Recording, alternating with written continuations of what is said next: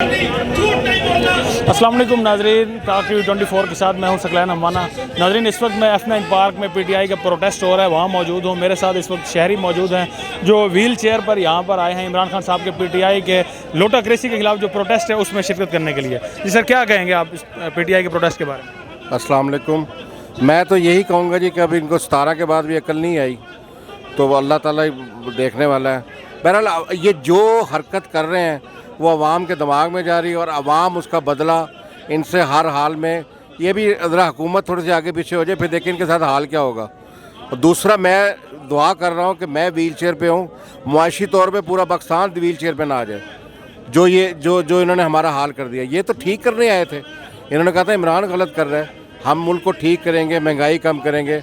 वैसे तो चोर थे, हमें तो पता था, लेकिन लोगों की नज़रों में ये आना चाहते थे, तो वो सारों को इंशाल्लाह पता चल गया है। और उम्मीद तो है, मैं तो हाथ ही जोड़ सकता हूँ कि खुदा का वास्ता अब छोड़ दो, जो तुम्हारी थोड़ी बहुत इज्जत रह गई है वो लो और जाओ। NR2 के चक्कर में, ये अपने बच्चों के चक्करों में, पैसों के चक्करों में मुल्क और हमारे बच्चों का मुस्तकबिल बेड़ागर्क कर रहे हैं। क्यों सर, इमरान खान को लोग क्यों सपोर्ट करें? सर, ये इमरान खान की ड्यूटी रह गई है, इदारों की और सारे दूसरी जो है वो कोई नहीं पाकिस्तान का किसी का बेचारा वही अकेला लड़ेगा खुदा के लिए। अवाम तो अल्लाह का शुक्र है, हम गैरतमंद कौम है और आपने उसका सबूत भी 17 को दिया है।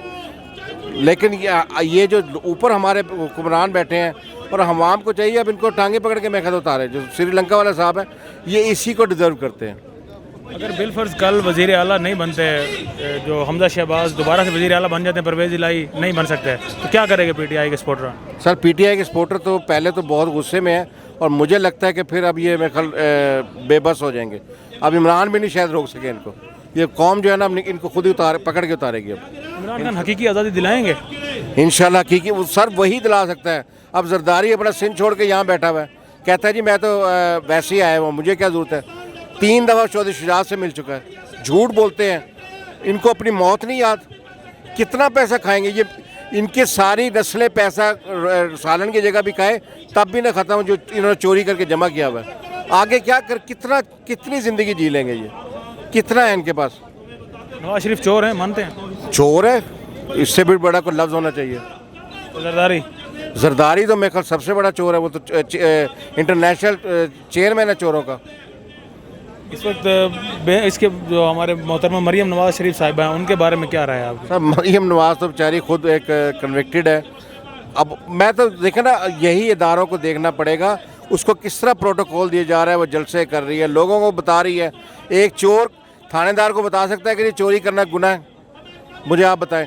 और जरदारी समझ रहा है कि मुझे कुछ नहीं होगा, नून वालों को सारा असर होगा। ये इंशाल्लाह जरदारी भी सिंध से फारिग होगा इंशाल्लाह। देख लीजिएगा आप, फ्यूचर देखिएगा। इनको सबसे पहले जरदारी को फारिग करेंगे पीपल पार्टी। ये लोटाक्रेसी खत्म करेगी सर, ये सारे ख़त्म हो जाएंगे इंशाल्लाह। आप ये देखिएगा इंशाल्लाह। फ्यूचर यही है कि अब हकीकी हुकूमत आएगी जो इमरान खान लाएगा इंशाल्लाह। बहुत शुक्रिया सर।